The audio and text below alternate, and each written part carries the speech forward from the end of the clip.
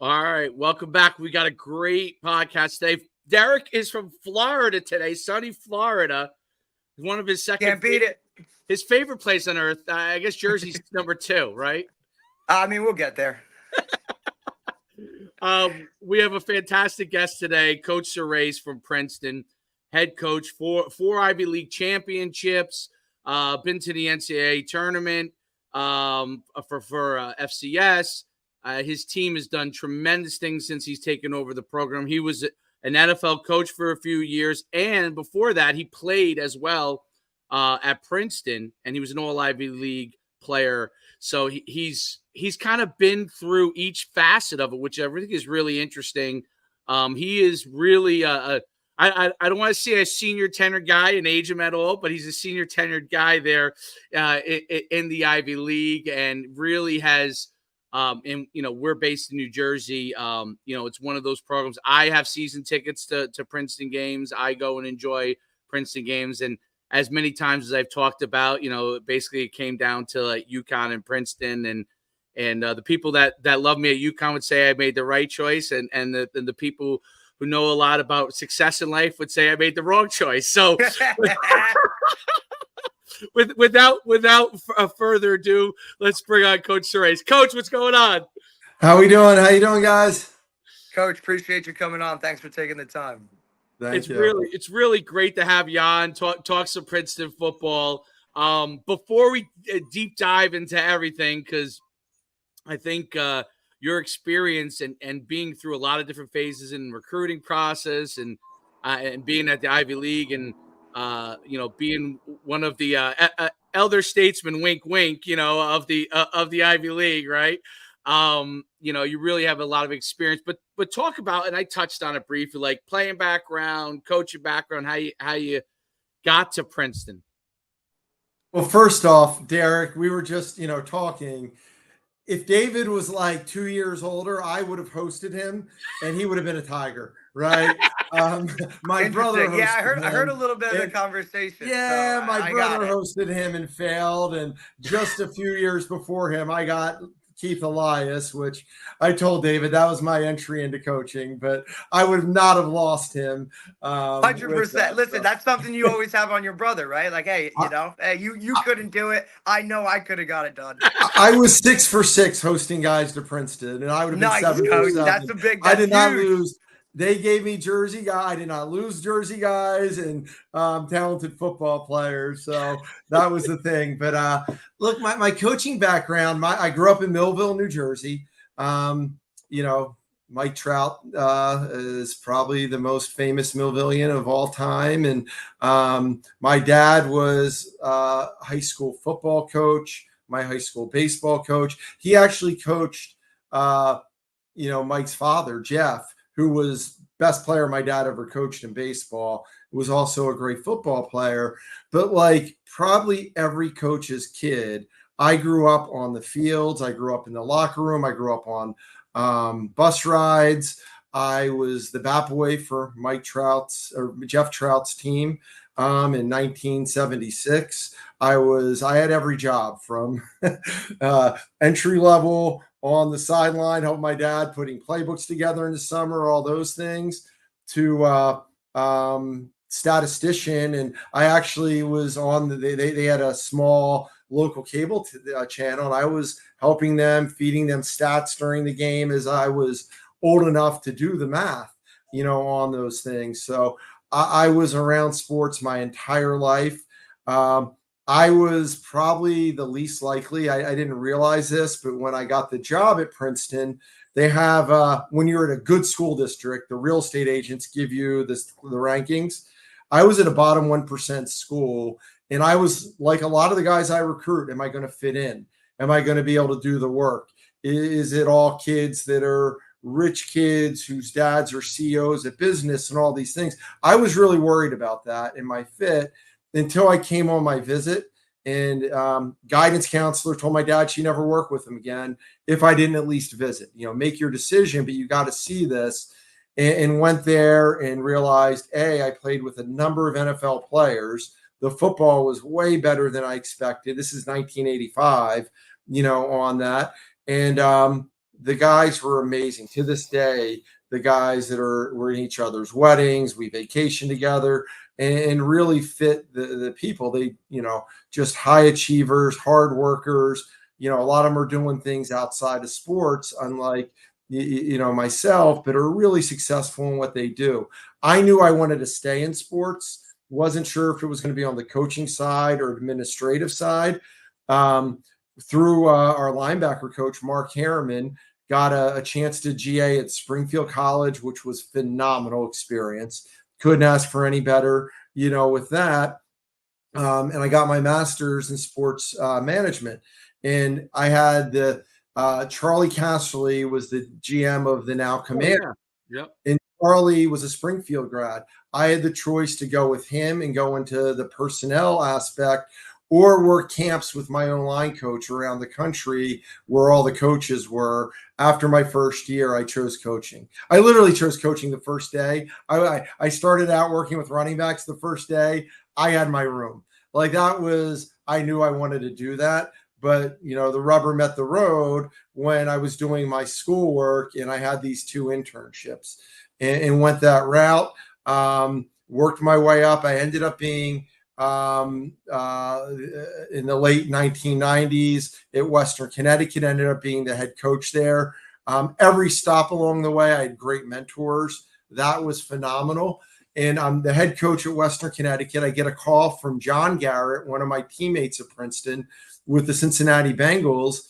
And it's random, what do you think about the NFL? Would you ever want to coach? I said, yes. He goes, great, because you're flying out to Cincinnati tomorrow. And I ended up getting the job, offensive line assistant. I was in the NFL for 8 years.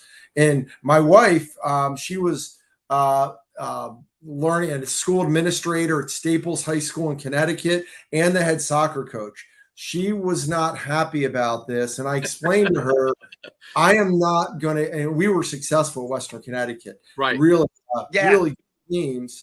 And I'm not going to get, if Princeton ever opens, I won't get the job from Western Connecticut. Right. My foot's in the door as a finalist if I'm in the NFL. And when I got to the NFL, one of the coaches said, you get your PhD. And I did. I learned from some great people and great mentors, had an amazing experience there. And then, November 2009, Princeton came open, and I did. My wife actually believes me and trusts me now because I did become a finalist. And only took you half your life, but it's fine. Going to my 15th season is, you guys are reminding me how old I am now, but I'm going into year 15. Well, it's funny because, you start out as a coach, right? And when you first start coaching, you're like, oh, I'm a young guy in the game and, I'm doing well and I'm young. And then all of a sudden you look up and you're like, how did all these years go by? And you're now the guy that other younger coaches start to look to get information on, to get advice on. And it happens. You think when you first start, you're like, oh man, I'm only in my 4th year of coaching. I need to get to like year 15. So people really respect. And then all of a sudden it happens, Bang. Bang. Yeah. I went from coaching guys older than me. We had kids at the same time in the NFL.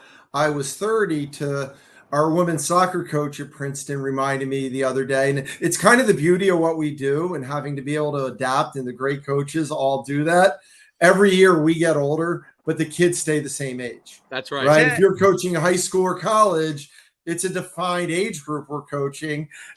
And, I'm hitting, mid 50s right now, and they're still 20. Right. And it really in coaching, in your mid 50s, you're actually, as a head coach, you're actually very young. Yes. It's only because, you see a lot of press with like a lot of young guys and maybe in like their late 30s or maybe early 40s getting jobs, which obviously in the older days wasn't really as big a thing. That was kind of a rarer thing. But I think it also probably has to do with some of the recruiting rigor that goes on now in college. I mean, you could probably speak to that more than anybody. Yeah, it's a little bit recruiting and relationships and having teenage kids, the last 7, 8, 9 years, has helped me stay in that pool of that environment, but just relationships. Like I am very actively engaged in that. But I do think the one thing, and it's funny, you know, I'm not a video game guy, and I've learned to use technology, even though I was worried this might not work today. Everybody, all the people that can help me are in Florida right now for me. So, you know, me getting on, I was a little worried last night. I didn't want to like have you worry until you sent me the text. I was like, yeah, you're good, coach. You know, I'm on my own good. today, so I don't know if I got this. But listen, if we could get Tony DeMeo to have this thing work, you're good, coach. Yeah, but the use of technology and look, I don't follow, you know, but I've learned follow these gurus who can, you know, do things on Twitter, on X, I guess now, right, and look at what they're saying, look at what they're doing that way. I know every kid opened up college football last weekend, and they're running their playbooks and 100%. the minds, and even, you know, you're involved in the 7-on-7 world. Right. I got here, and quarterbacks and receivers and DBs, they are so much further along. You know, we were talking about the progress at Princeton. You had freshman football back in 1986. Right. You had, then you know, your sophomore year, you had upperclassmen, and there was this, you know, now kids are further along, especially at the positions that don't require physical, you know, this enormous physical strength. The backs, the receivers, the DBs can be way more immediately competitive, because football's become something they can do year round, whether it is playing a video game or looking up on their technology, or the 7-on-7 circuit, when used right, is awesome for them. Yeah, and I've noticed it. You know, I've come to your games and I've watched, you know, your guys' offense, and you guys are multiple, and your Qs can all run, they can throw. They, you know, your skill guys are, I mean, they're like a route running, and you're able to use multiple guys, multiple backs. It's really, really awesome. It's obviously, you know, a lot of the offenses around the country have continued to evolve, but you guys have a great mix of the run and the pass, and utilizing a lot of the stuff that everybody's utilizing. You can no huddle and be able to move at a good pace and all that kind of stuff, which is great to watch. I mean, I have to say, because I do have, you know, season tickets to Princeton games, and we get to like a few. You know, my wife's always like, you know, we have these tickets, we don't use them every single week. I'm like, listen, don't worry. You know, if we get a few games in, that'll be great. We'll have a great time. But I tell you, what we love is, like, first of all, if you go, obviously a lot of college games, it's hard to get season tickets and get some really, really good. You're able to get some really good seats. And then the Princeton fans, man, I mean, they are into it. And when you get to those rivalry games, you know, like when you get to games like Harvard or Yale, or I mean, every game is almost a rivalry game. You know, yeah, the Ivy League is very much a rivalry conference where every single week is something, right? Like every week matters, which is an appeal. Oh yeah, it's definitely it's amazing, the appeal of it. And I remember a few years ago, I had a friend that I played with at UConn. His son played for Dartmouth. His last name was McKinney Cruden. He was outside linebacker for them, and we played Princeton. I was over on the Princeton side, and he was over on the Dartmouth side, and he had all his Dartmouth gear on, and we were talking, and we're like, can you believe that, like, we can even go into a stadium like this, two state school guys, and we're actually allowed to come into like a Princeton Dartmouth game, and we just had a blast and enjoying the game, and the crowd was so into it. But talk about like the Princeton atmosphere. I mean, it's hard to explain it. You can do a better job than anyone else. But when we go there, not just for the game, but we go to Palmer Square, and we go eat with, I bring my son, and just talk about the atmosphere and what Princeton is like as a whole. Yeah, I was amazed. I told you, in 1985, my dad had to grab me by the ear and drag me to come up there. And to get me to leave, if we don't do well, the president's gonna have to drag me by my ear to get out of here, right? Right. You fall in love with the place. People care. The people in my life that have helped me, whether it's teachers, administrators, coaches, It's not a big school, big campus that way, but everybody comes back, like reunions in the spring. We have about 100,000 living alums, and 30,000 come back for reunions, and they fly from all over the country, right? And it's because, Princeton, everybody lives on campus. It's the dining halls are closed in, so you're eating in these small groups, and it's really part of it is this meeting new friends, communicating, collaborating, whether it's on a school project or the offensive line in football, working together to get all their calls right. But you're working in these small groups. It's a 4-year environment, campus. The social life is on Prospect, and they have these things, they call them eating clubs. Like, we do have to have some quirks, right? Things that, they're fraternities with food, where you eat as an upperclassman. But you don't have to have a car. You don't have to go out downtown. You don't have to. Everything you have is right there, which builds bonds. And those bonds last, we talked about the 40 years. It's not just your experience in your career and the success you may have. It's also your friendships. And, my next door neighbor, he was from Lower Cape May. He was my big brother. He was 2 years older than me, took care of me in college. He's my next door neighbor. His wife also went to Princeton. Both his daughters went to Princeton. They were both managers for me. 10 houses away, his college roommate was one of my college roommates. My godson getting married in a year. Like, it's all those friendships that you have and make that really make the college experience long-term. I call it a marriage, not just marrying my wife, but that marriage. Yeah, I think it's a unique community from that standpoint, and it's interesting because when I was young as an athlete, we used to go there for the state championships in track, which I don't think they do it there anymore. They don't. They don't. No. Which I think they should, but that's my. But I know that there were some things that weren't being behaved well by some of the athletes, but that place was great to go there. Jadwin Gym and they played basketball there, and you had Pete back in the day. I think it was Pete Carell, right? Was the basketball coach, and I remember you go to a basketball game there, and that whole atmosphere of the Princeton, and all the athletics are in it, which I think I don't know if all the Ivy Leagues are like, because I haven't been to every one of them, but all of it's right in the same area. Like, I thought that your facilities, and I'm talking about now, your facilities, everything being in that, right? Like, the practice fields are right there. Your stadium is right there. Your workout facilities right there. And obviously it's an easy walk to any of any place on campus from there. Talk about the facilities are phenomenal that have been built there. Yeah, it's not a reason you don't choose Princeton. I get it. Every time a recruit comes in, if we weren't strong academically, right, you wouldn't have visited. If it wasn't strong academically that way, that's an attraction and success our alums have had. But the thing we have equal is time, right? We all have 24 hours in a day.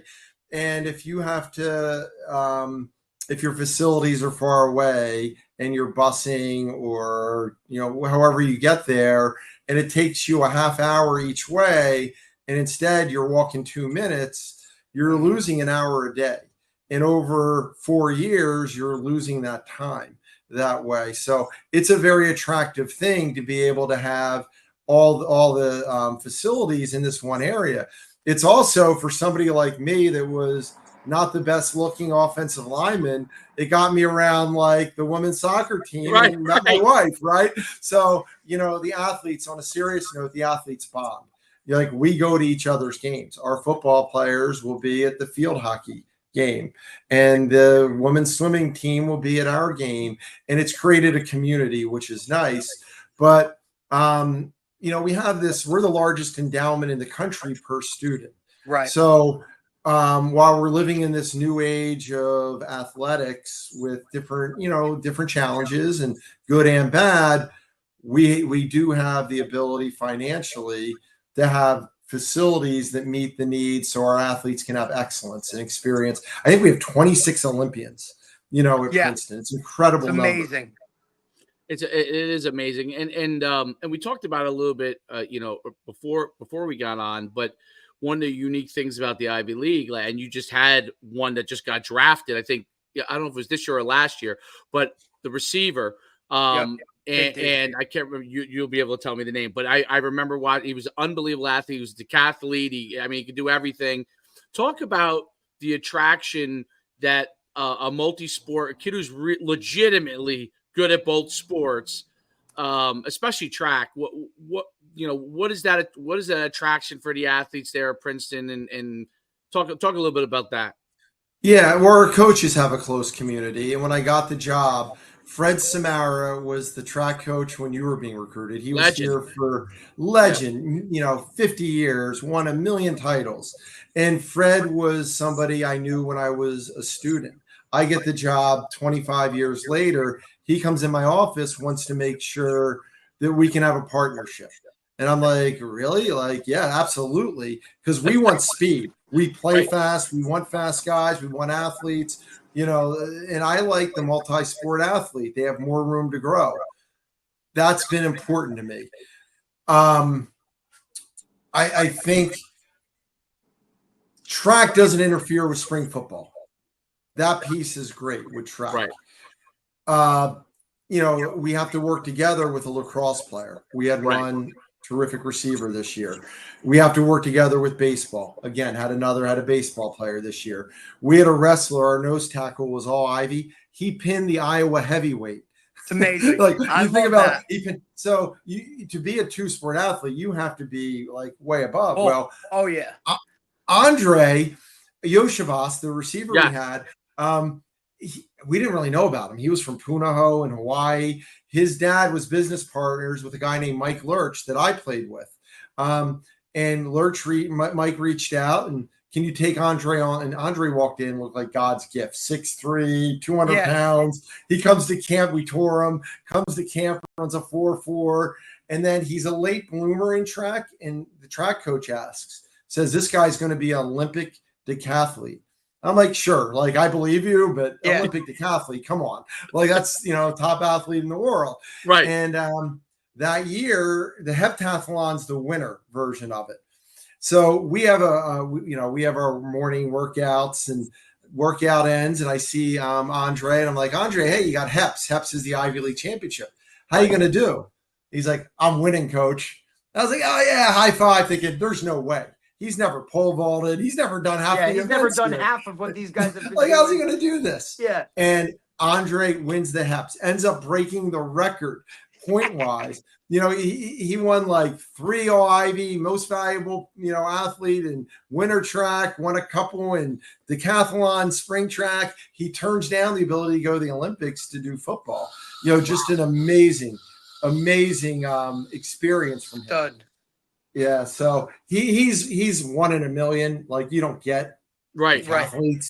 Like, that's a 1 in a million to do it at the Olympic level. And I just remember, because every Tuesday, Wednesday, we got scouts at practice for the last 15 years. Scouts with him would want to talk to our track coach. Right. And they is he a track guy? And that would just get our track coach, Coach Samara, he'd be fired up. Yeah, so pissed. I will say this, Dave, when you raced, it's, to win or lose, it's in milliseconds sometimes. Yes. So the level of detail to be great at track, I told every NFL scout, this guy will exceed expectations because he understands detail. Andre last year exceeded expectations, that way, 4 touchdown catches, all these other things, because while other guys, it takes longer to learn and understand detail, he's been doing it, his whole life. And that's the thing that I think is also has changed a lot with respect to the Ivy League, is that players from the Ivy League are able to go to much more than they have in the past. When Keith Elias went to the NFL, I think he was a free agent, and it was like a big story that he went to the NFL. Yeah, it's more of a rarity, right? Yeah, now you have players that are going to the NFL more and more from the Ivy Leagues, Princeton, even some of the other schools, and talk about like how, because I remember we talked about this maybe a couple of years ago, that if there's a guy good enough, and obviously a good enough student, right, to be able to go to Princeton, no matter what his situation is, Princeton has the ability to make it happen. Talk about, now. Obviously, he's got to be athletically good enough. This is a big thing for the parents here to listen. Be athletically good enough. Be good enough academically. But talk about the things that Princeton's are able to do to attract some of these really top players now. Yeah, well, you think about recruiting, kids have choices, and recruiting is a lot different now than 2010 with some of the different things that are going on in the experiences. And it's become way harder to be a school like Ohio State that has not only all the things they have, but NIL, millions and millions of dollars for their 85 scholarship kids, maybe beyond that. But outside of the 40 schools in the Big Ten and the SEC and the Notre Dames and Florida States, there's a few others. We can go toe to toe because there's only one NFL first pick of the draft every year. I get 25 guys. A few of them are going to go to the NFL. Each year, there's 2 or 3 that get to the NFL. And the other 22 are going to be the first pick in the career draft. And that is important because they're going to work a lot longer than they play football. Absolutely. Outside. So, for those looking at that, our strength coach and our development program is second to none. We control that. So the ability for our guys to have the same strength program, development program, performance program, nutrition as any school in the country, because we do, our alumni feed into like that. That's important to them. So we're going to be terrific. So we can develop players to reach their abilities all the same. Now you've been to our games. We're not going to play on ABC at 8:00 in front of 100,000 fans. There is trade-offs that are going to happen with our kids. But for most of the world, we're going to go toe to toe because they're going to get education, number 1 ranked school in the country. I hope our players would think they're getting values, discipline, work ethic, unselfishness, things that an employer wants, that way. And then we spend a lot of time preparing them for life after football. And we have the ability through our alumni to do it as well or better than anybody. So it becomes an attractive choice and a hard decision for the best recruits in the country. And we have to get about 25 a year, somewhere between 25 and 30. We are going to lose some. And it's Coach Carrill, the basketball used to call it Heartbreak Hotel, right? Some of them it's admissions. They're not quite there. Right. Some of them, they want a different experience. They have a different, and that's awesome. They have a different journey. But for the ones who want this journey, it's not nothing's guaranteed in life, but the pathway is, if they just follow the template, they will be successful. There's no doubt about it. Talk about I don't think people always have the grasp of from a job standpoint when they come out of Princeton, the difference in someone going to Princeton and what they kind of make as a starting average salary versus someone who maybe goes to a state school. I won't name any state schools, but as state school, what kind of difference can they see on average, from going to Princeton? Yeah, you can be successful from anywhere. Of right? course. There's no doubt in my mind you can be successful from anywhere, but we're going to be a near 100% football rate of not just graduation, but success that way. Because when I got here, when I played, Princeton was on the top of the resume, and that was enough when I was a player. Coach could make a call, somebody from career office can make a call, and you get the job, right? That was good enough. Even when I got here, that was good enough. People trusted me when I said, hey, so-and-so. Now there's HR, right? They need more than just, it helps. It gets you to the door, right, to have a name on a resume. That way, it helps you when you play a team sport like football, which is, we all know, incredible for future performance, right? If I'm hiring somebody, I want a football player, right? Because they get up at 6 a.m, they put their time in, they work out, they go through struggles and know how to handle struggles. They know how to handle, all the challenges in life. They know how to handle. They're good team players. But where we take it to a new level is we're teaching them how to interview both in person and on Zoom. We teach them how to build a resume. When I say we, that's not me. I'm outsourcing to experts who know how to do the resume thing. So if they want something, like if you want to be a coach, you're not starting at $100,000, and if you do well, you'll make $200,000 or $300,000 in a bonus your first year. You're not doing that in coaching, right? Coaching is like med school.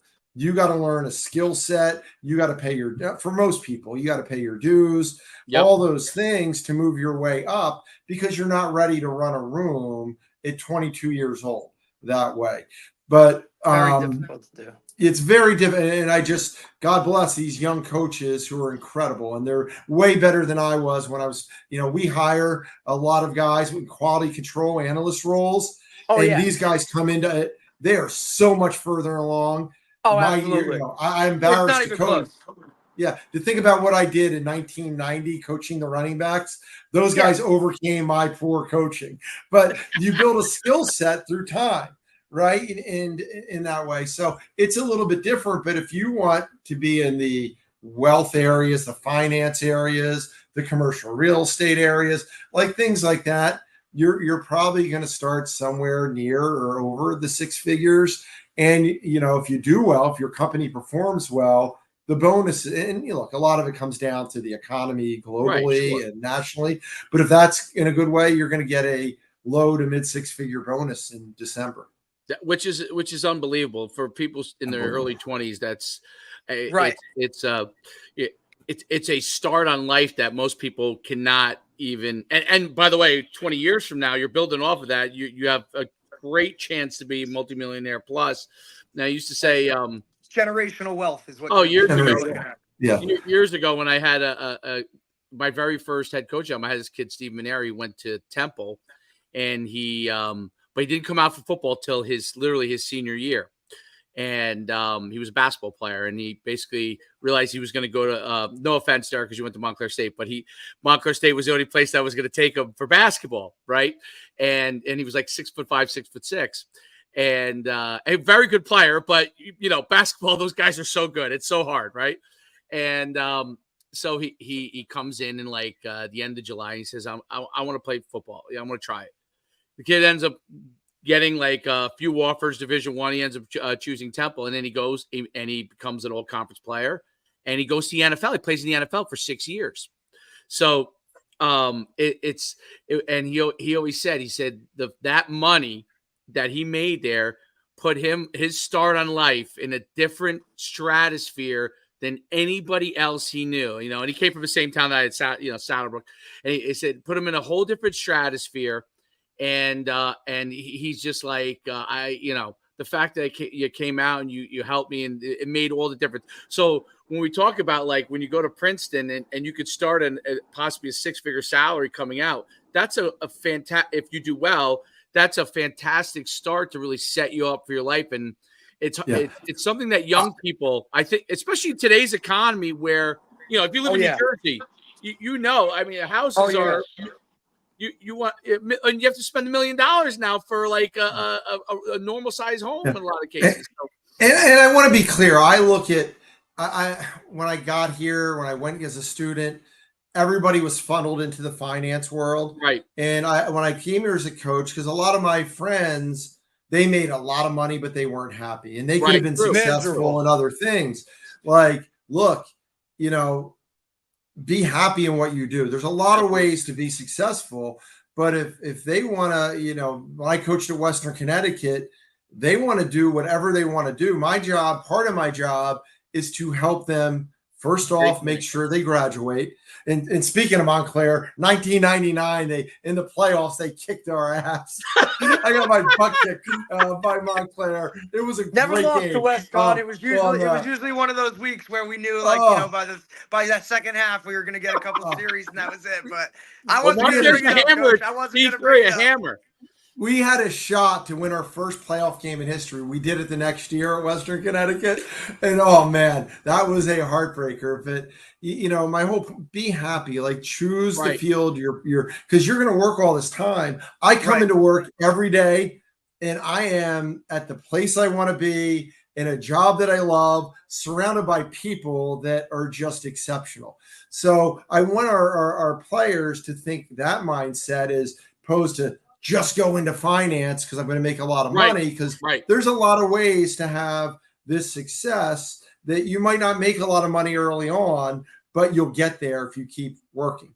Well, you're the example of that, and I think that's the choices, right? Like you could figure out at Princeton, you really try to help guide them to make good choices for what their own future is going to be, and be able to figure that out, right? That's I think that's one of the beauties of that opportunity to go to Princeton is you can really take that time to figure that out. It's obviously a fantastic learning environment.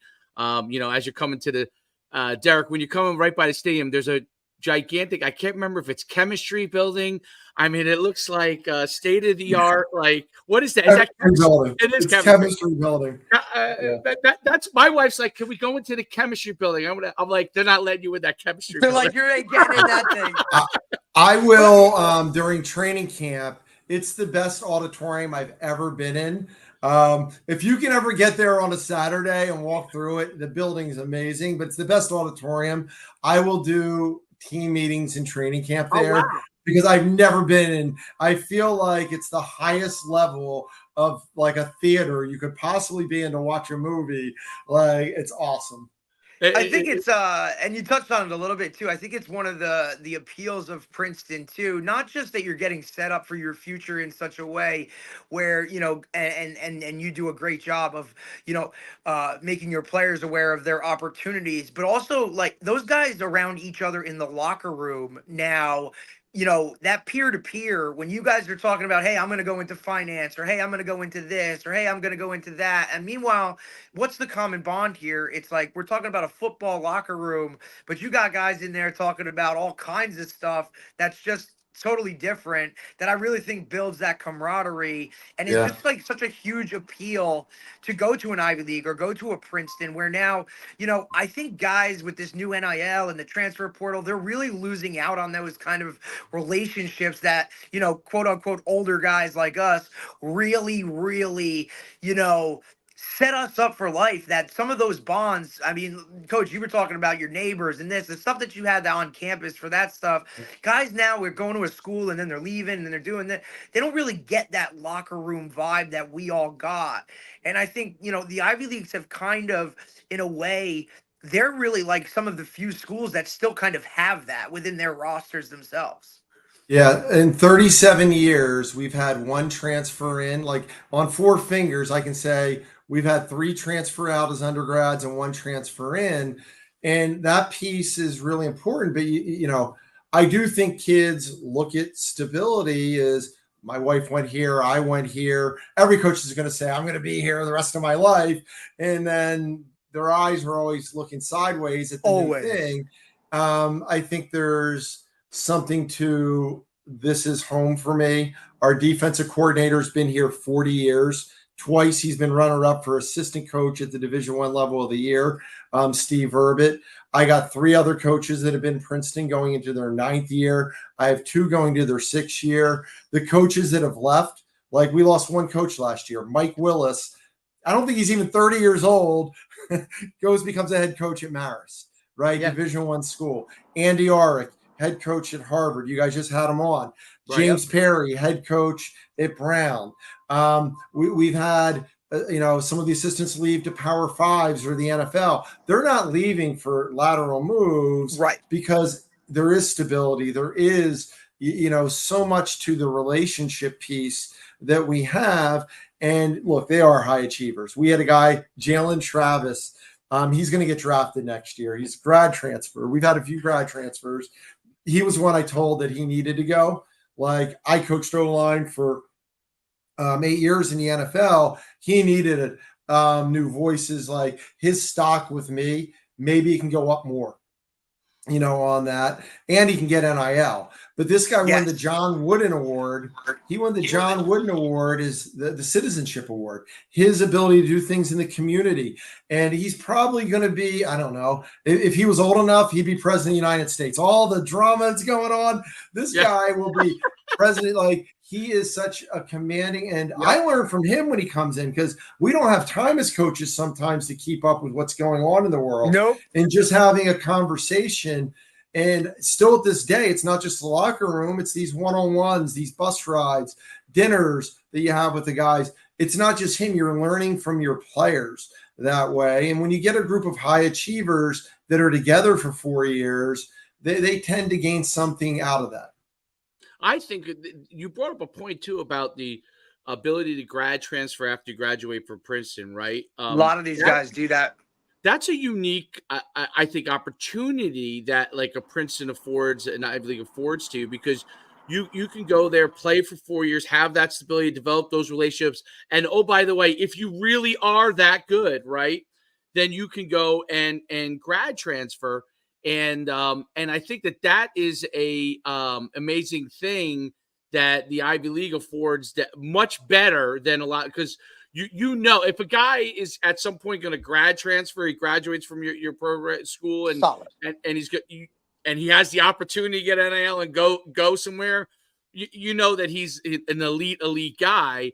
And I think it's almost like I don't want to say a crazy best of both worlds, but like it really does do kind of something like that. It's almost like it's the world we live in, right? It's the world we're in now.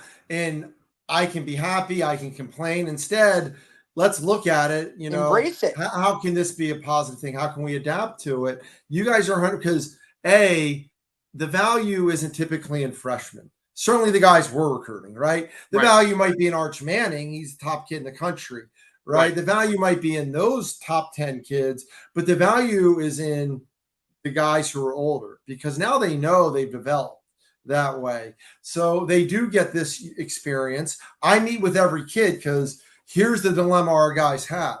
Now, Jalen Travis, he also won the Truman Award. His law school's paid for whenever the NFL's done. I couldn't do anything else for him. So it was like, you got to go. But the other 6 kids I had, here's the value. You either, get this unique experience. We have a linebacker, Ozzie Nicholas, going to Duke. We have another linebacker, Liam Johnson, going to Cal. You get a chance to experience this. Absolutely. Or the internships are so much better.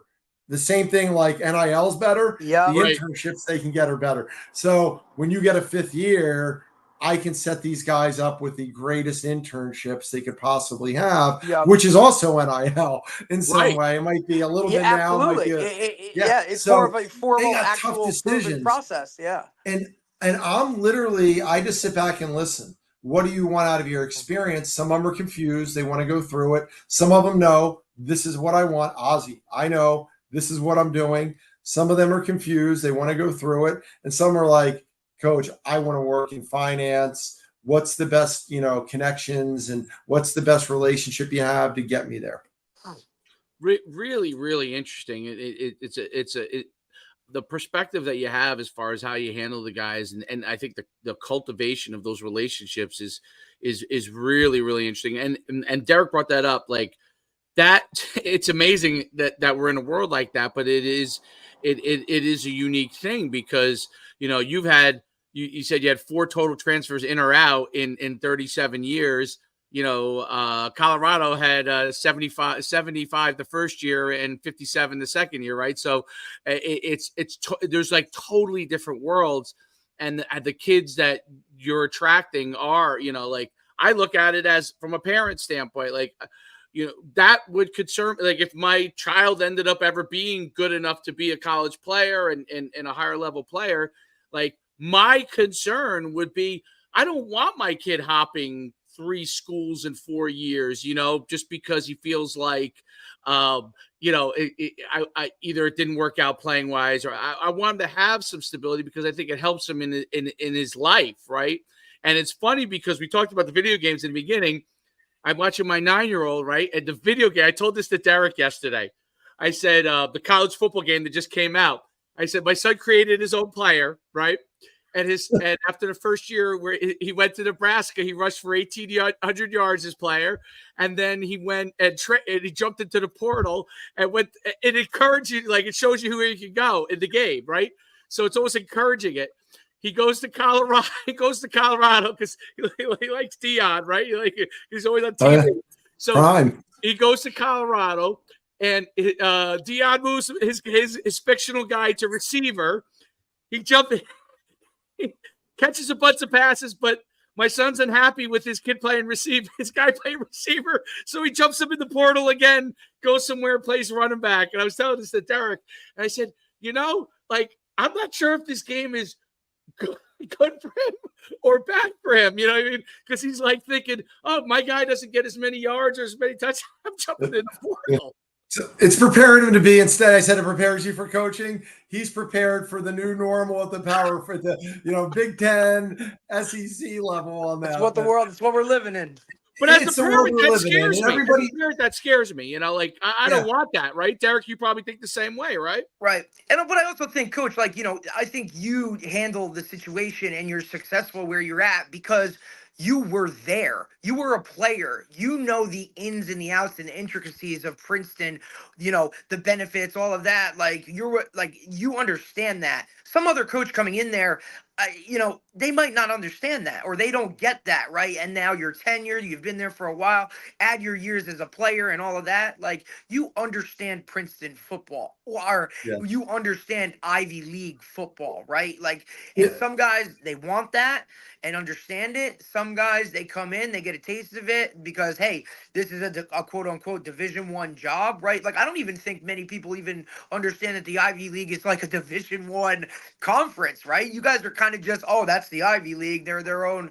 I mean, all of these things that now appeal and you have to have a certain type of kid that understands what it's all about. But I think you and your staff, guys that have been through it or were players there, understand what Princeton's really about. Yeah, I think I worked a job until 2010, meaning coaching was a job. And 100%. I just changed uniforms, right? And I love the kids. I love the places I was at. I built relationships, but it's a little different when it's yours, right? When it's your people. And it's a little different when it's home, when it's your wife's home. I've had people staying over a house the last 3 weeks. It's like 14 to 21 days, college friends who are here taking their kids to Princeton camps or coming for our golf outing. And I love that. It's not like, it's a yes. Hey, you want to, and they can afford hotels. It's not like it's because we want to hang out and we're friendships. These are 35-year friendships. You don't get that. I didn't get that at the other places. Like, there's pieces I missed at the other places. I say this all the time. Like, alumni events and coaches have to do those. These are my friends. Like, they're paying me to drink cold beverages and red cups to go hang out with my buddies, right? And talk about what we all did, Princeton football. That's not a job event. Our president, Princeton, he's been here 12 years. Princeton alum. He gets Princeton. He loves Princeton. He could do a million other things. He wants to impact people here. Our athletic director and our athletic director's wife. I worked with 3 ADs, all 3 of them, Princeton alums. They could do our AD currently. He was a lawyer. He took a pay cut to come here because he loves this. He loves the impact he's making. My, the former one was at our wedding. We were at each other's wedding. The former one played soccer with my wife. She's now the LPGA commissioner. And they had to pull her by the ear. Like, it was a no-brainer position for her, but she had to leave this, that way. Right. So I do think, our career development office says, like, you can have a job, you can have a career, but ideally you want to get to your calling, where you're meant to be and doing what you're meant to do. 100%. I think and the word is getting a little bit out because I see a lot of players that we work with, that we talk to, that ask, like, okay, I'm going to go to a Princeton camp. I'm going to go to an Ivy League camp, and I want to go there. I want to get recruited by there. Now, they don't all understand, like, they don't. Like, I try to tell them, like, okay, your GPA is 3.1. Like you're right. Like, dude, like you're not getting in. Like this is not what you're like. This is a different, thing. But I do think that, and I've noticed this little uptick in the last couple of years. Maybe it coincides with the transfer portal. I don't know. I really don't know the correlation, or if there is a correlation. But I've noticed the interest. Like players more and more have asked me. Definitely, yeah, right. And Derek, you would confirm saying, like, what about Princeton? Like, what is their recruiting like? Like they've asked those questions. Like, I'm interested in Princeton. And more players have had an interest in the Ivy League. And I don't know if that has to do with social media. Maybe that, many years ago, the Ivy League schools were kind of a Northeast thing. Not, you always recruited nationally. I know that, but it was kind of like the Northeast knew what it was. But if you were recruiting a kid from Texas, let's say, you'd have to really educate him on what Princeton was about. But today, that kid from Texas might have some information and already have an interest in it. Maybe he goes to a private school or he just is a really good student, as a good football And I think player. that's one of the things too, right? Like I think that has a lot to do with it, is the more of the focal point on, like, there's a lot more private schools, right, at the, the high school level and whatnot, and kids kind of going there. But, I also think that, like you said, social media, right, there's more of a vision, or like, guys can see now, really, it's not so much of a Northeast kind of, I guess, like, you would say like a good old boy club, right? It wasn't just like, oh, it's only people that go there are alums of people that have gone and whatnot. Plus, I also think that like you touched on a little bit too, the whole 5th year thing, where I can graduate from an Ivy League school and then possibly have the opportunity to go to a Power 5 and play.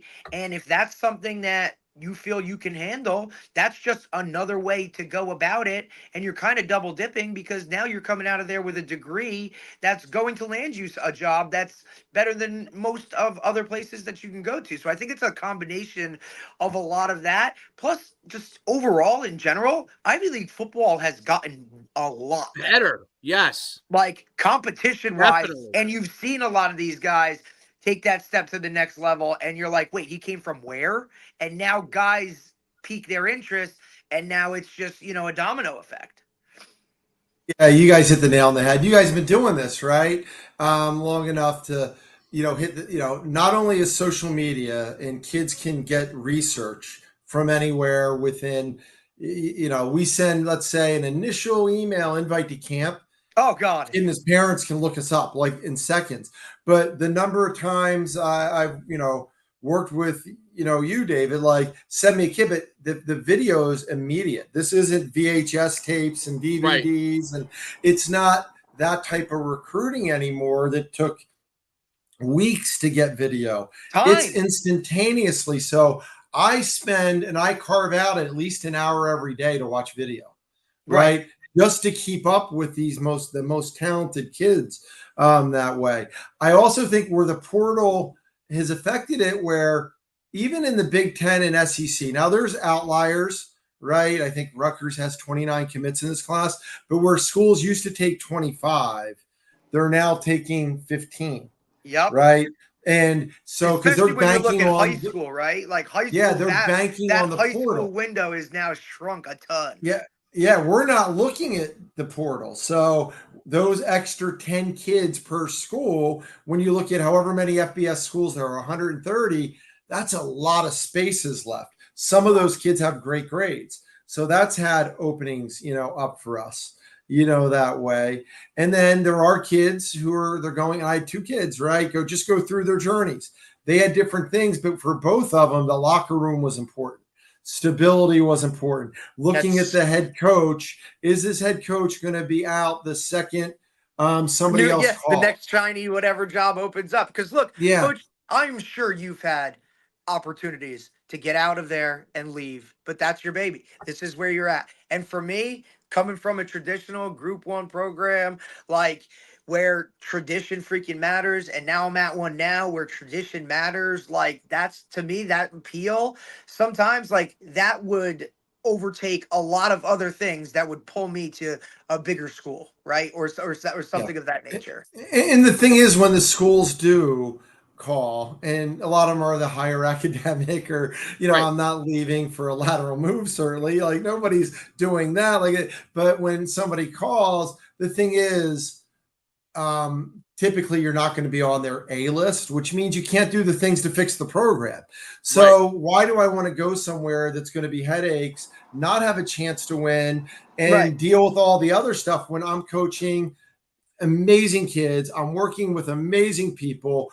The support from the AD and others is incredible. Like when a search firm calls, the conversation's brief, and I'm very grateful, right? I'm grateful that somebody thinks I'm doing a good job, right?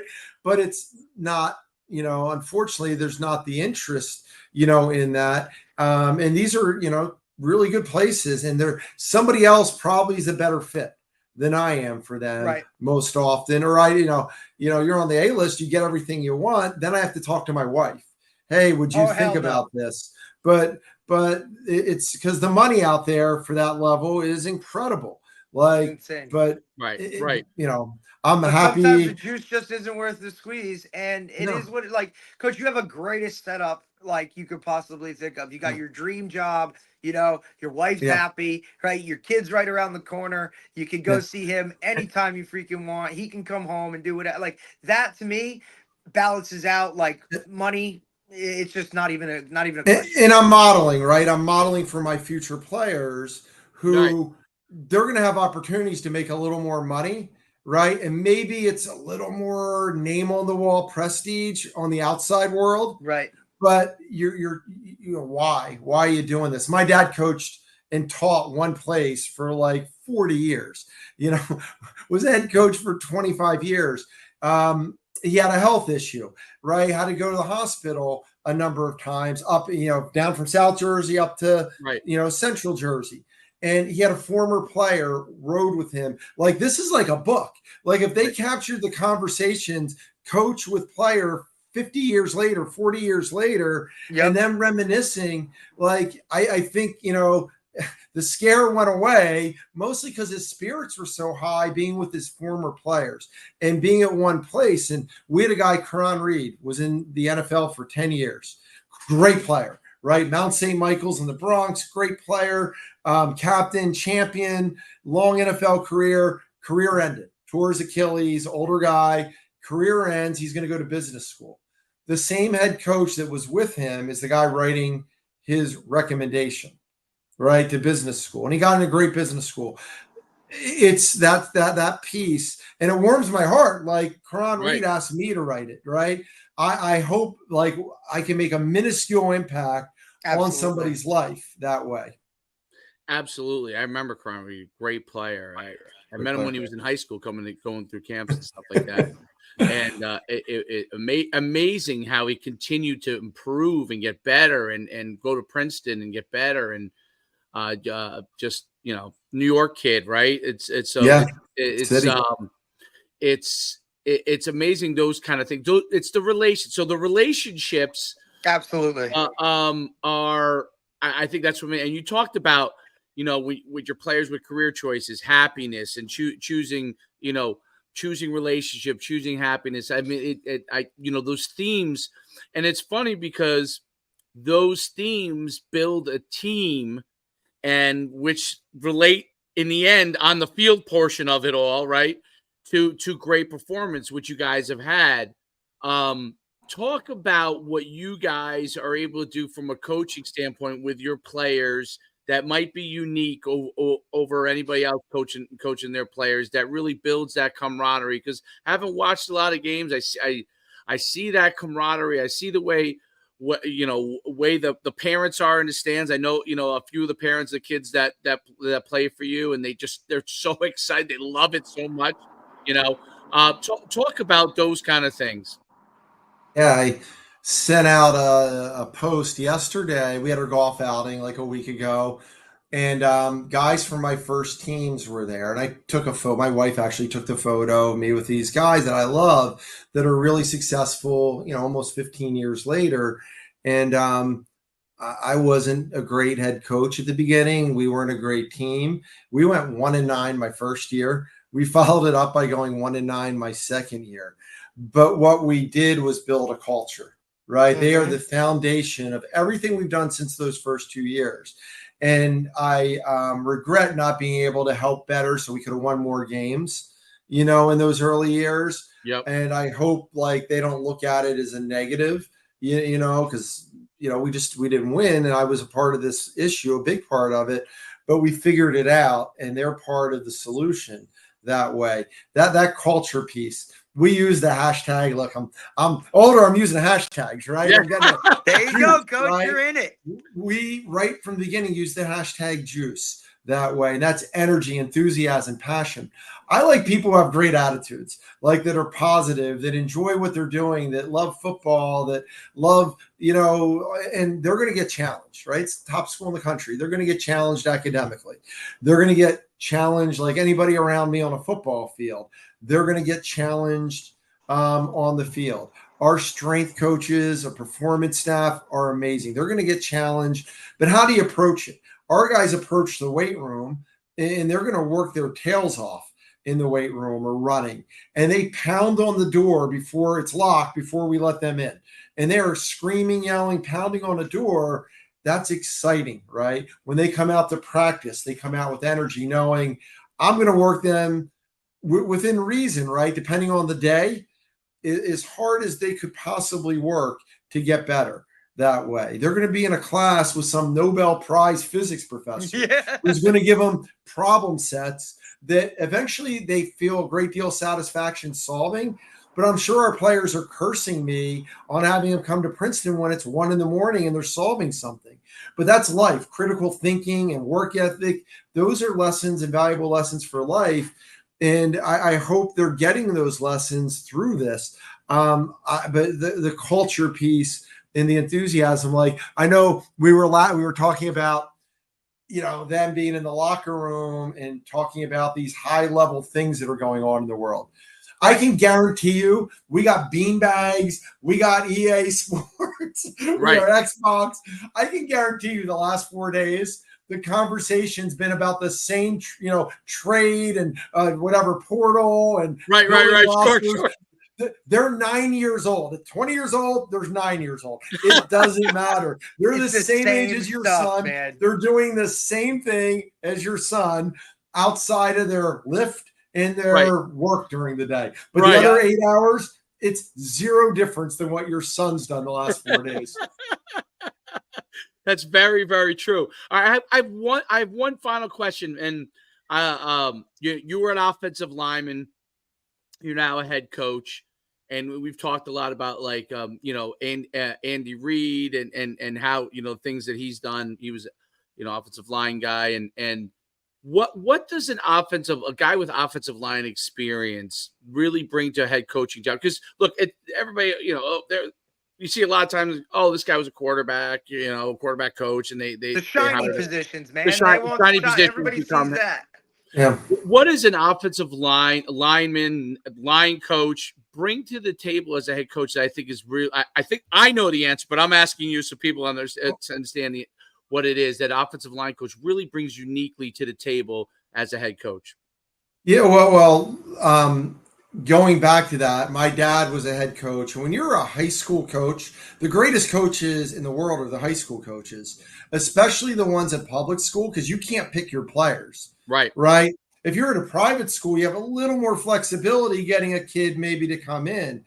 But you're at Millville High School for 25 years. My dad relied on genetics of mom and dad who happened to live in the town, right? That's what he relied on. So, he ran the veer. People don't even know what the veer is. He ran the T. He ran the wishbone. He ran pro I. But when he got quarterbacks, he also ran the run and shoot when that was big in the late 1980s, right? So you had to adapt your offense or defense, depending on your talent, to that. I get it. Like Nick Saban, amazing, greatest coach. He got to pick his players. He could say, I want 6'1" corners. Then if they weren't 6'1", and he could get 6'1" corners if that's what he wanted. He could say he wanted his slots to run 4.3s, and he could get that. That's not going to be us. I can't choose that.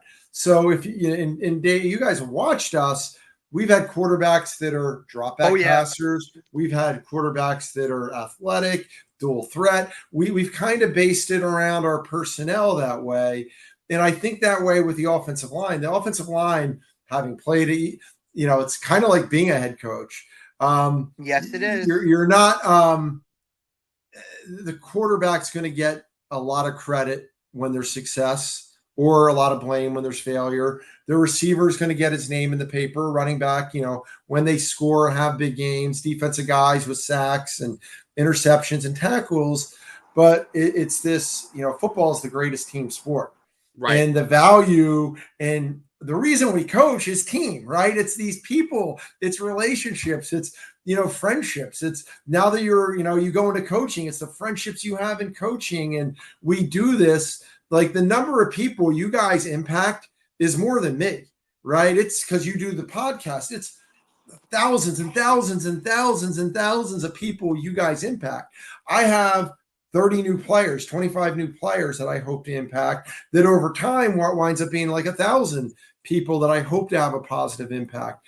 But O-line is the foundation. It really is. They're not getting credit. They have to work together in a way. They're the unsung heroes. But as you're building a team, you need to have guys sacrifice. And look, every guy we bring in, typically, they're the best player at their high school. When you said people don't understand the talent, every guy we bring in is captain of their team, top player, you look at our roster, every single one of them had those accolades. And then they go to college, and it's no different. They go to our place or they go to Alabama. They're at the bottom of the depth chart. Right. And they got to figure it out, right? It's hard, to do either place. So they got to learn how to get on the field on special teams or to embrace a different role.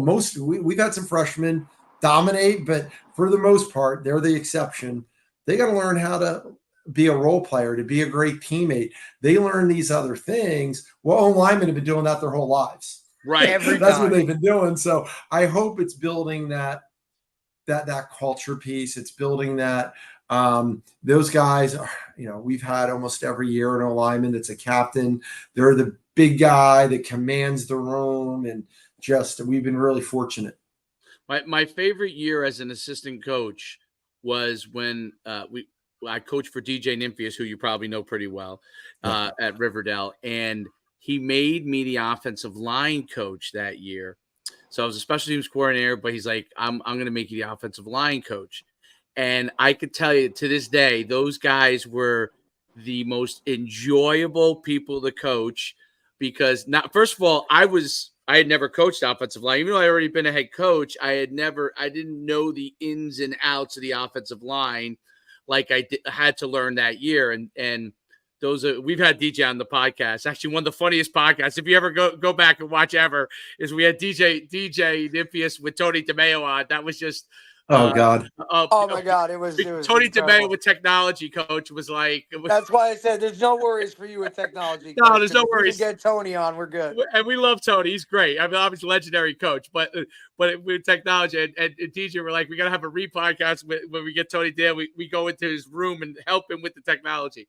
But yeah, so the offensive linemen were so great. I mean, we go eat breakfast on Sundays, after games, and if they got certain amount of pancakes, and they'd be pointed to me in the sidelines like, that's my fifth one, that's my fourth one, and we would tally it as a group, and they were so much fun, not just the X's and O's portion of it, but they were so much fun in general because they appreciated, to me, the work that you put in with them more than, and I've coached every position, but those guys appreciate the work you put in with them more than anybody else because their job is a thankless job for the most part.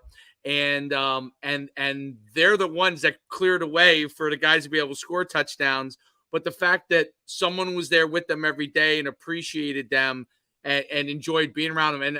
And by then I was no longer a running back. I was, 265 pounds. So, I was actually heavier than they were. So at that point, but it was just such a great time. And I really enjoyed it. I always tell DJ this. I'm like, greatest thing you ever did for my coaching career was force me to go to the O-line. And it was more than just X's and O's. I learned to really appreciate players that really had to do the hard work in the game, because so many times in football, the offensive linemen are doing all this hard work, and D linemen obviously on the other side, right? And they don't get any credit. And I Zero. really learned to appreciate what those guys did. And every day going forward as a coach, there were always the guys. Anytime we ever have a problem, even when I coach youth with my son, I say, hey, listen, I'm going down with the offensive line. You know, you guys, I'll have a coach work with you guys. I want those guys to know that we appreciate them, because at youth football, nobody wants to play the offensive line, no matter who you are and how big you are. But if you appreciate them, then they're willing to, they're willing to do it. They'll run through a wall for you, They'll right? run And through the and wall. also that's like, just to add on to it a little bit, like that's the group, like they get the most indie time together, right? Like Yeah. you're off doing special teams or whatever, maybe Yeah. like one or two of those guys, but bro, other than that, you're over. And look, I'll reference Montclair State, Coach G, offensive line guy, right?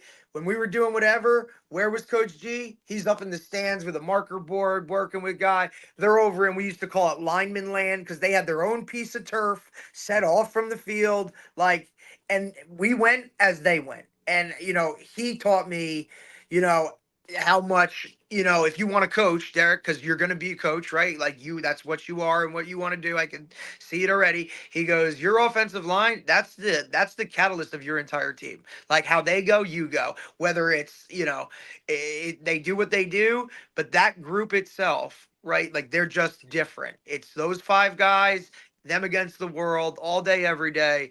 And, so coming from a program where my head coach was also an offensive line guy, like just taught me a ton about how important that position is and just have the utmost respect for it. Yeah, it probably expands your coaching. Like I learned this. I had to every year do a study when I was with the Bengals when I was coaching the NFL on an opponent, and I had the Patriots one year, and Belichick with young coaches, he'd bring in these entry level, and he always had them go to the opposite side of the ball. Learn something new. I've tried to do that with our quality control coaches. It really helps them to learn. And Beyond. Look, it's so rare. I can't recall one time in my 8 years in the NFL with the O-line having one issue ever, accountability or anything else. Nope. But I'll say this, like in basketball, there's only 5 guys on the court. There's one ball, but that ball's in the stars' hands, right? They get their shots. You can't control it as much. Like if you want to double team the great receiver, you can limit the number of throws to him that way. And it's hard because these guys are getting paid a lot of money in the NFL, and they have a lot of, especially with fantasy football, a lot of pressure. Oh God, right. That are from the outside. Totally created a whole nother monster. Be the decoy or anything else. And so you're always dealing with that when you're coaching other positions, trying to find ways to get your guys you pay the most the ball. There's only one ball. So keeping them all happy is hard. And it's, very difficult for offensive coaches at, at the positions outside of O-line and usually quarterback.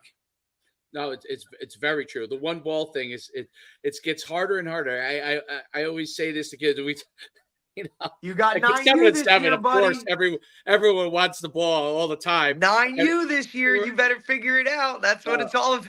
Yeah, I think I made the mistake of getting too many stars on our team because everyone wants the ball. But but yeah, it's one of the things that that's the hardest thing, is that there is only one football, and the way that media is now, like everything is so glorified around who has the ball, all the short takes and the short clips you see and all these kind of things. Yep, all the reels, all that stuff. At the end of the day, you're like, well, okay, if you're in high school and you have a really good running back, that guy's probably getting 15 to 20 of the touches, right? The quarterback has the ball in his hands every play, whether he's throwing it or handing it off, but he has the ball. Now, outside of that, those two individuals, okay, receiver, if a receiver has 4 catches a game in high school multiplied by 11, That's 44 catches. He's Which a is more than most star. teams even throw it sometimes in high school, right? I'm saying a guy has 44 catches. I can count on my hand how many times I've had guys had more than 40 catches, So it's yeah, I was just going to say there's a lot of pressure, maybe right. not at 9U, but at high school, they want Coach, these it kids might want be to go to more at college. 9U because some of those mommy and daddies, they're wicked, Coach. You've been through it. You see it. They're wicked. There's not the pressure of college, No. right? They get to high school and they put so much blame on the high school coach. Right. And it's really, the blame should go to us, right? Because we have the film. Even if you only had one catch, you have a highlight video, right? You have highlights. You have all the stats from your track or whatever else you're doing. We see the kids in person, all those things. But I do think sometimes it's really the college coaches. Like, it's hard to evaluate guys and we make mistakes. But man, the high school coaches I've dealt with are just incredible, right? They understand it's, we're not trying to lose. We're trying to bring in the best kids. Right. But it's not easy. And we used to, when we were being recruited to Princeton had 65 spots because they had freshman football. Correct. That number is now 27 spots. It's not even half. It's like 40% of the spots we used to have. That's really hard when you recruit nationally. When Andre Oshabash from Hawaii, gets a spot, that's a spot that could go to a friend of ours that coaches a great team in New Jersey. Right. And that's where it's really hard because I know that coach is going to get talking to from the parent and he's got to explain what we thought. That's really hard. That's why I try to be, I try to be on top of things, especially text from high school coaches or emails. And I try to make sure our staff gets back because the parents are waiting for the coach to find out what we think. It's amazing. I think that's 100. I think that's one of the things we do because that's one of the biggest complaints we hear. Right? Communication, coaches' communication has always been phenomenal. I think that's one of the things. One of the biggest complaints we get, right? Like, I sent this guy a message and he didn't this, and it's like, this guy. Do you understand? This guy gets like over 1,000 freaking messages, and that's one platform, okay? And he doesn't have all these little whatever minions that can help him out. Read this message or read that message. We're not living in that world, guys. Sorry. I know your email or text is good. When you get over 50 years old, email or text is good. The other stuff, I can't keep up with. It's just too much. It's insane. We have staff that keep up with that for me. I can't keep up with that. I can't imagine it across all platforms as much. I'm not on it as much as I am these other direct line things. Well, one last question. I kind of just thought of this, and from a recruiting standpoint, because there's so much literally misinformation on a lot of stuff with respect to recruiting. I can't tell you how many times a parent will, I talked to this coach and then I didn't hear anything, or, what is the things that athletes and parents can do? And I think it's most important for the athlete to take most of the responsibility, but that they can do to really get themselves in front of you camp is one, but let's say they didn't get to your camp, this summer. And then, what's the best way for them to get you film? How should they cut it up in the fall? What do you like to see from a recruiting standpoint to help you evaluate them better? Yeah, it depends on age a little bit and position. Quarterbacks seem to be committing earlier, especially this cycle. Way, other kids at other positions are starting. Maybe that position's going first. Other positions are going later. I think that when that's a great question, but it's everything. Now, a ninth grader isn't going to move the needle because I don't have their academics yet. Right.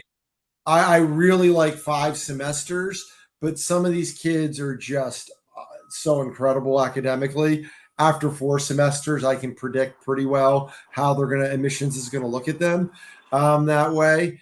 But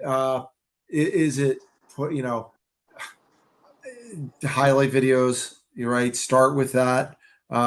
Start with your good plays, right? If you have a 10-minute highlight video and Oh your first God. 3 plays, right? I mean, like Oh there's a God. process to it. I do think some of the kids come in unaware. We had a great player at camp the other day, and we had water break, then bring them back. I do a talk with them, and as kids were coming back from the water break, he's like, "Is Princeton FCS or FBS?" So I do think You're do like, some oh research. shit. No, do some research. Like I told the whole group, hey, life lesson. Any big decision, college is a big decision. Do your research. It sets you apart. Because February is now dead for FCS, so we used to get 1,000 kids come through. Well, I Right. did 3 Zooms. I had 2,000 kids on Zoom. They'll put questions in the chat. Oh God. Not at each one, 2,000 total.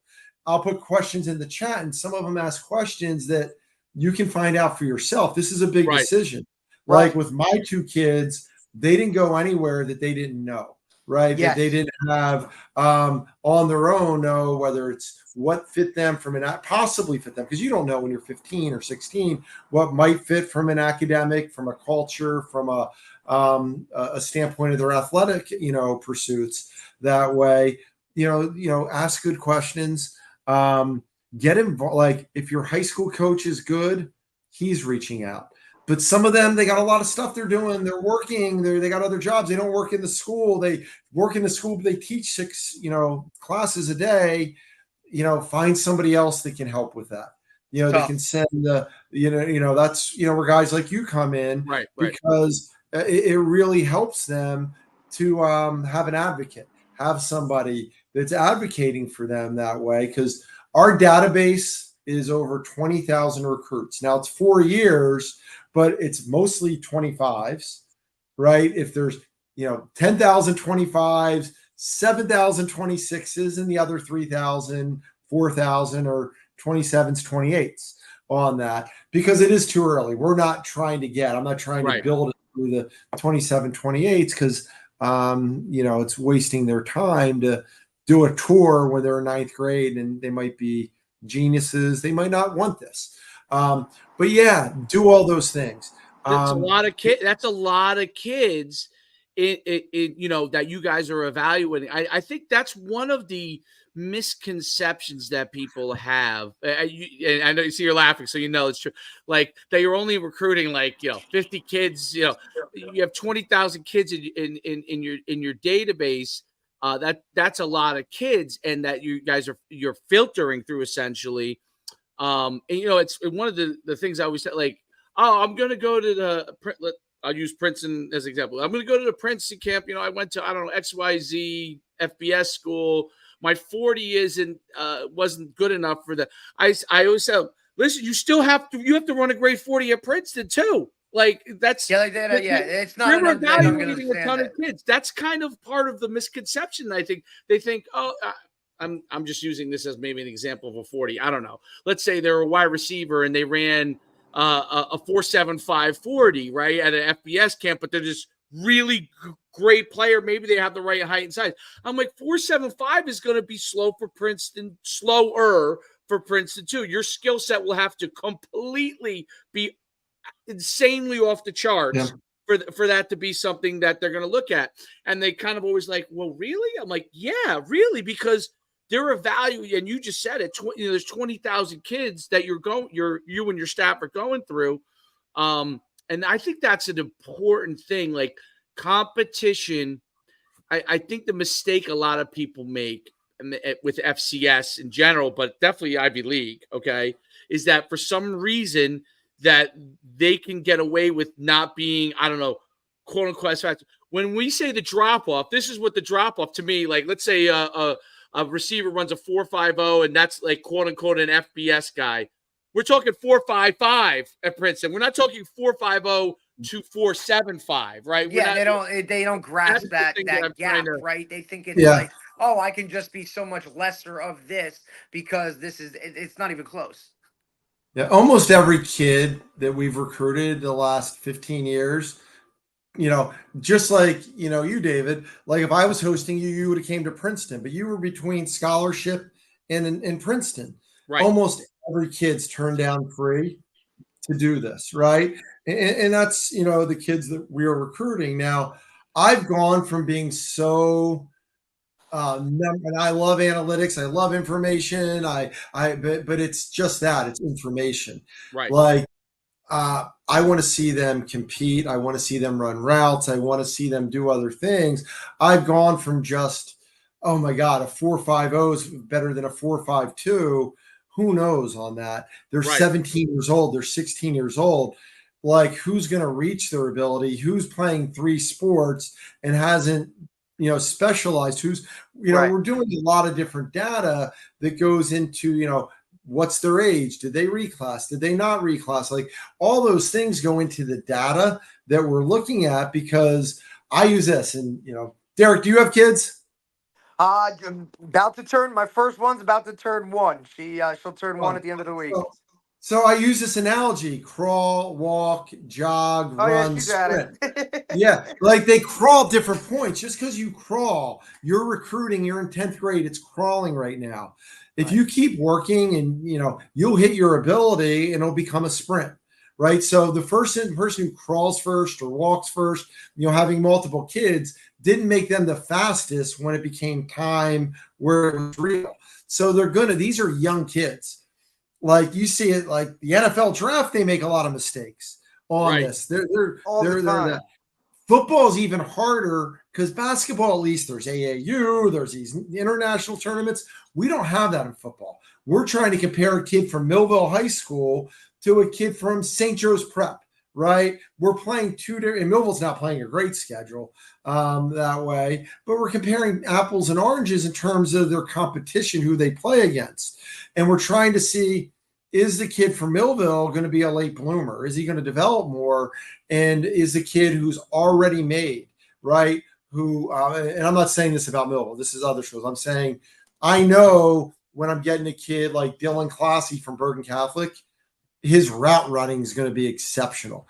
He is a college level football player, because he had the same stats as Andre Oshabas. If you closed your eyes, said, which guy's better, and just saw stats, it's even. They're 2 of the best receivers to ever come through Princeton or the Ivy League on that. The problem was Dylan couldn't run a fast 40, right? Andre could. And as you go up levels, especially as you get older, the NFL is going to judge more on that number. Right. That makes some perfect sense. And yeah, it's I'm curious too, like, does it, so I basically, you answered it. You have a great mix of kids that might be reclassed, and you have maybe a mix of kids that are on potential and are younger. So, and I think that's an important thing for parents to understand, that you could succeed either realm, because we see so many, and I'm sure you see it more and more, so many kids reclass and think that that's the only way to do it. Yeah, everybody's journey is different. Right. On that, we get less like Cron Reed was, I believe he was 16 when he enrolled in Princeton, and turned 17 at that time. But the hard piece is, we're dealing with really academic kids. Right. Repeating 8th grade academically is brutal for them. Right, for them, they're like twiddling their thumbs, like, what am I doing? On that. So we don't get quite as many reclasses. It's coming more now, because I don't want to, I remember when I got to Princeton and lacrosse was committing 8th graders. I hope football doesn't go to that. Like, these kids feel like, because it's physical maturity. You need that to play football. Right, and that's where football separates itself, right? I think that's where football separates itself. How many times do you see? How many times? And what Dave and I talk about all the time. How many times do you see that 7th or 8th grader who dominates middle school football and then gets to high school and trickles away, and you never hear from him again? Well, puberty comes at different times. And look, we had to make a decision with our daughter. She would have been the oldest or the youngest, and my wife, being a high-level educator, girls. Typically, now I'm not talking about all of them, there's exceptions. The social experience for a girl being older is helpful. We had to make the decision for our son in 8th grade, and it would have been a waste of time, because he was not, he's a good student, right? It wouldn't have made sense there. But Mercer County isn't Bergen County. Like, what was he going to accomplish repeating 8th grade? Right. He would have stabilized that way as well. So he went to college as a 17-year-old that way. It's going to be everybody's journey is going to be different. Too. Yeah, but you don't need the physical maturity quarterback. Right. Right. You don't need to be able to do all the running and the jumping and the stuff like that. That's more. If he's a left tackle, like, look, there's the beast that goes to whatever, you name the school, there's that beast that goes somewhere that's 14 years old and does all that. Most kids aren't 6'5", 300 pounds, and they're the rarity. And that's what I think people, and a lot of people don't understand that, because what's coming across on social media, this is the 3% of what actually happens, and this is how they're basing all of their decisions and doing all this stuff. And it's like, please understand, this is like the very, like, these are the freaks of the freaks. You know what I'm saying? Like, he's like Micah Parsons. It's like, Micah Parsons is a freak among freaks. Don't compare yourself to that kind of thing with a kid in 8th grade. It's so difficult. Everybody's journey is going to be different. And I've coached all the different levels. I've coached in the NFL, but the level up until now I coached the longest was Division III.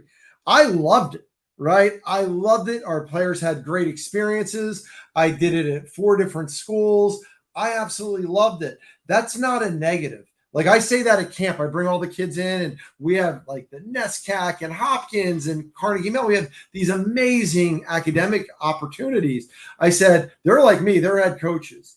If they tap you on the back and say, can I have your name and number? That's a home run. Like, they are incredible. So, like, Division I, isn't everything, right? You can have an amazing, if you love football, you can do it at different levels, that way. Absolutely. And it's always, and I think I've opened Dave's eyes a little bit into that D3 world of how he, he'd be talking about something at UConn, and I'm like, Dave, like, we didn't do that Division III. He's like, what do you mean? I'm like, I'm lucky I even got a travel suit. Like, you know what I'm saying? Like, I'm lucky we got, 1 pair of gloves for an entire season. Like, all of these intangibles that go into it, like, when you're at the Division III level, you're getting a kid that's literally there because he just loves to play football. That's like, that's just the basis of what it is. They're not getting scholarship money. Maybe they used football to get into a higher academic, Division III program. But the football is like, you got guys coming from work. You got guys coming, and it's just such a mix of people that level just warrants just a lot of different stuff that doesn't go into what it is, but absolute great experiences, because I started at Sacred Heart, and family issues took me home, and I came home to a Division III program. But I'll tell you one thing, like, there was a lot of players that I played with at Montclair State that were way better than were at Sacred Heart. That's not a knock on them. That's just life. Situational. Like, I got to stay home because of this, or I need to go to Montclair because maybe I didn't do the right things and now I'm here. But Division III football, I think people get so in they get crazy about Division I, Division II, Division III. Like, just go where you're wanted, go where you feel comfortable, do what's best for you, and then ultimately, like, you're gonna see success. Yeah, development isn't linear either. We're looking at kids that are 16 and projecting them at 21, 22. Right. And as I said, the NFL's got way more scouts than we have, and they're making mistakes, right? It's not an easy thing to do. And as you said, if, guys I coached that we wanted at Western Connecticut, that's where they fit. That's where we won a lot of games. Their experiences were terrific. And, I loved, like, that was one of my favorite experiences ever coaching. Yeah, no, this has been incredibly, I'll tell you, not just amazing having you on, but informative, really, like, learning a lot about the process that you guys go through and the things that you look at, and obviously, which has contributed to your success and the kids that you coach's success, and obviously a ton of winning as well at Princeton. Like, we talk so much about the other stuff. At the end of the day, you guys are doing a ton of winning, which is which is ultimately helps you keep your job, coach as well. Right? But the process leads to that, right? You guys know this. Absolutely. The process leads to this. If the process piece isn't right, there's not consistency in the routine. It's chaos, right? And absolutely, it's hard to win when you're doing it, hopefully in a good way. Right, the right way. The right way, but you have no chance when you're not doing it the right way. So that piece is so important, and you guys do so much for the good of football and the good of athletes, like young athletes, right? Right. Like it's really, these kids have ability to grow because you guys sacrifice a lot of time in your life to do this. Absolutely. No, it's been great. And, we enjoy it. We love it. We have a ton of fun, talking to great coaches like yourself and really like learning. We learn. I was, we come out of it with, we learned so much, it's like getting a PhD for us as we talk to you guys and really, learn from your experiences and the things that you guys have done well, things that you made mistakes on. And we're hoping that we can help the kids, any coaches that listen to it who are on their journey, any kids that are looking to get recruited, the parents to help them understand it. Like any kids I talk to, I say, hey, we're going to, I'm going to be on with the Princeton coach. Like a lot of the questions that you might have right now, I would say about half of them are going to get answered in the next hour or so, because if you listen to it, because we're talking to you guys as the way that we think about things as coaches and trying to help athletes that we work with. So I can't thank you enough for coming on, Coach. You've always been great to me. It's always been a pleasure, talking to you and working with you. And I hope you get to enjoy the rest of your week and your weekend, and maybe get a couple seconds to take a nice deep breath and hang out with some of your friends. Will do. Really appreciate you guys. Thank you. Have a great day, Coach. Appreciate it. Have a good day. Will do. Yep. That was fantastic. Fantastic good stuff, man. He's. I mean, I love it. I just think class act. It's just so good. Like guys that he knows where he's at. He knows what it takes because he is a Princeton guy, right? Like for me, if I'm Princeton, like that's the best hire I could have made. A guy who understands the school, he understands the measurables, the intangibles, all of the stuff that goes into Ivy League, yet he's, willing to, tweak some things here or there to kind of adapt with the times and make it, what it is for, make it more appealing to guys to get into the school and whatnot. But, he knows at the end of the day, like, look, there are certain things and I would love to have certain players come here, but if you don't take care of business and don't do your part, like you're just not coming to Princeton, right? Like you just have to understand the kid that you're recruiting. And that kid himself also has to understand like Princeton is different, right? Like that's part of this process. Like you're not going to go there just because, it's football. Like you're going there for other reasons and you need to be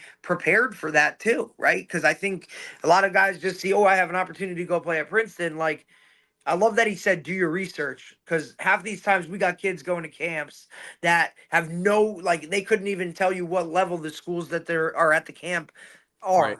Do your research. It's not hard now to go online and look at stuff and pull it up on your phone. It takes 5 minutes and now you're informed and now you understand like, oh, I don't really want to go to a place like that. Or maybe I do. Like, who knows? Do your research, man. It's not hard. I think the insight as far as what, Princeton is about and the culture and the community of it, I think is really, I mean, like and I love that.